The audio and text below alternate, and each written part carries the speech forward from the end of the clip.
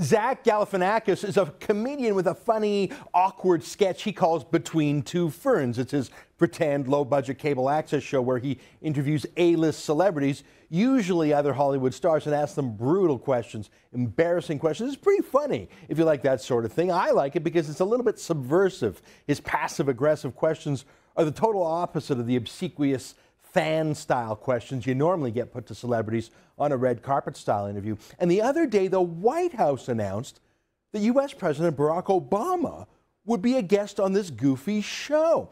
And it was actually pretty funny. Is it going to be hard in 2 years when you're no longer president and people will stop letting you win at basketball? How does it feel having a 3-inch vertical? It's a 3-inch horizontal. So. Where are you planning on building a presidential library, in Hawaii or your home country of Kenya? Because, I mean, both places seem like they would be... Zach, that's a ridiculous question. Well, you know, I mean, not to bring up the birth certificate thing, but you really never did really produce your real... Where's your birth certificate? Why don't you show it to us right now? I don't want to show anybody my birth certificate because it's embarrassing. What's embarrassing about it? My weight on it, it says that I was born 7 pounds, 800 ounces. You know what I would do if I were president, Mr. President? I would make same-sex divorce illegal, then see how bad they want it. I think that's why you're not president, and that's a good thing. It's sort of funny. Of course, after a minute of banter, Obama pitched his disastrous health care scheme, the one that's forced insurance companies to cancel literally millions of insurance policies that customers were completely happy with and replace them with expensive government-designed insurance policies with high premiums and high deductibles. It's a disaster, and it's pitiful to watch him go on shows like this to try to make expensive government programs seem cool. So do you go to any websites that are .coms or .nets, or do you mainly just stick with .govs? No, actually, we go to .govs. Have you heard of healthcare.gov? Here we go. Okay, let's get this out of the way. What did you come here to plug? Now, I can understand the president spending some time even doing embarrassing things that are generally beneath the office of the president to try to salvage the central program of his administration. I mean, it's by far the biggest program of his administration, 1/6 of the U.S. economy in size, the size of healthcare, and it's ideologically his most important change to America. Nationalize each American's health with their relationship with their doctor, making that a government matter, not a private matter anymore. Everything can flow from that. I mean, from laws and regulations about what you can eat or drink to rationing health care, making decisions about state-determined euthanasia even. If the government now owns your health care, there really isn't anything they can't know about you or decide for you. America's health care system is the best in the world because of the free market. Now, it's going to resemble America's other great government disaster, American government schools, which have also been a political tool of socialism as well. But I'm not here to rant about Obamacare. We've done that before. I'm here to talk about how Obama is spending his time and defining his presidency and projecting an image for his country in the middle of the most important foreign policy crisis since 9/11. I mean, Russia is invading Ukraine. They're just doing it. They've seized Crimea. They put the place in lockdown. They're rushing through a rigged referendum on being annexed back to Russia by Putin. That's an act of war on its own. But it's also a specific violation of the international treaty Russia signed with Ukraine, with the United States as a guarantor, that if Ukraine gave up its nuclear weapons in the 1990s, Russia would never interfere with it. And they are interfering with it. That's Ukraine.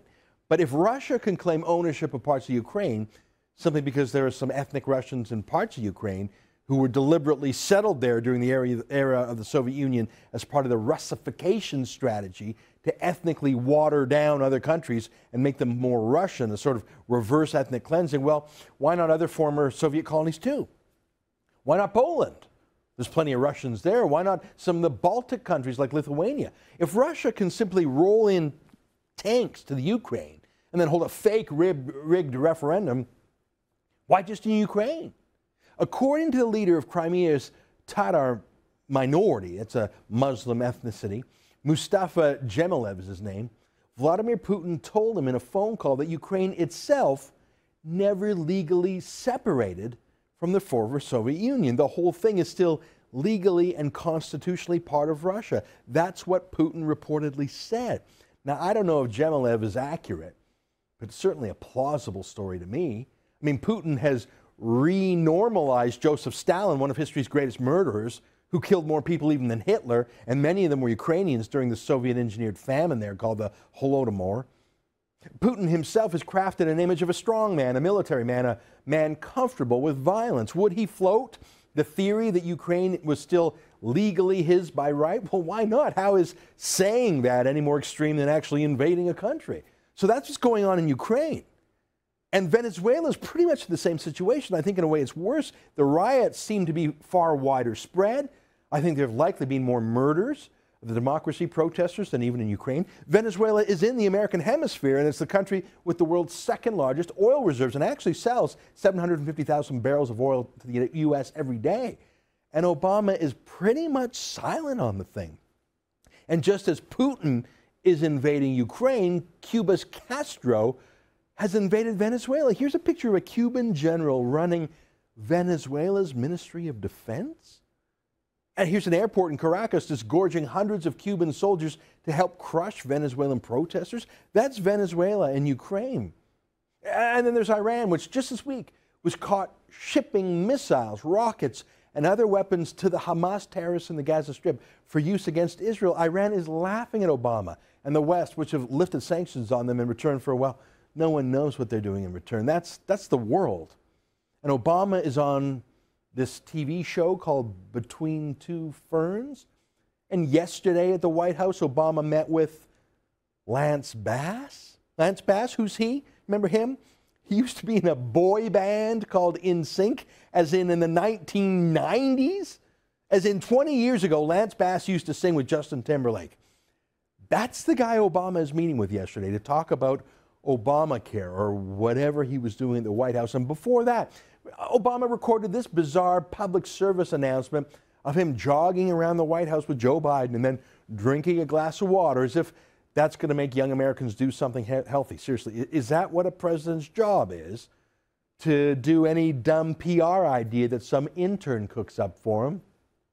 Well, anything other than actually working and solving problems. I guess if you had to try to outwit Vladimir Putin, you'd probably rather try to outwit Zach Galifianakis and do some home movies about jogging around the White House.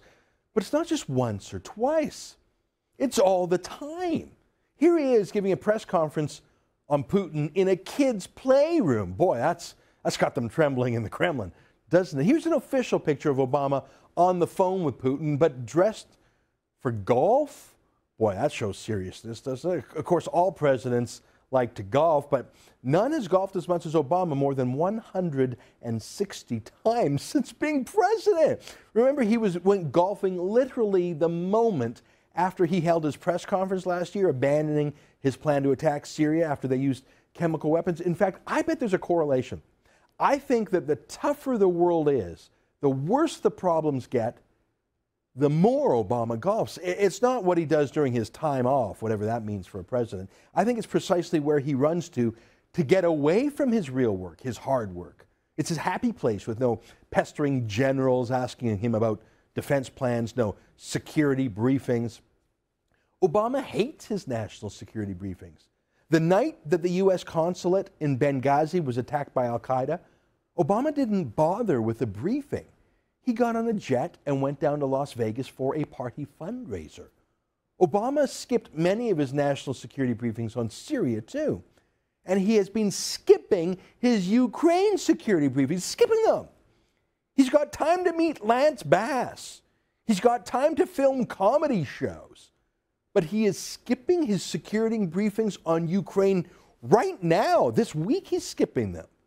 If I were Putin, I would positively pay celebrities to call up Obama. He can't say no to them. He loves them because they flatter him. They make him feel successful and famous and cool and wanted. That's his comfort zone, either playing golf or hanging out with cool people or campaigning, reading speeches off a teleprompter. The governing part of being president, not so much.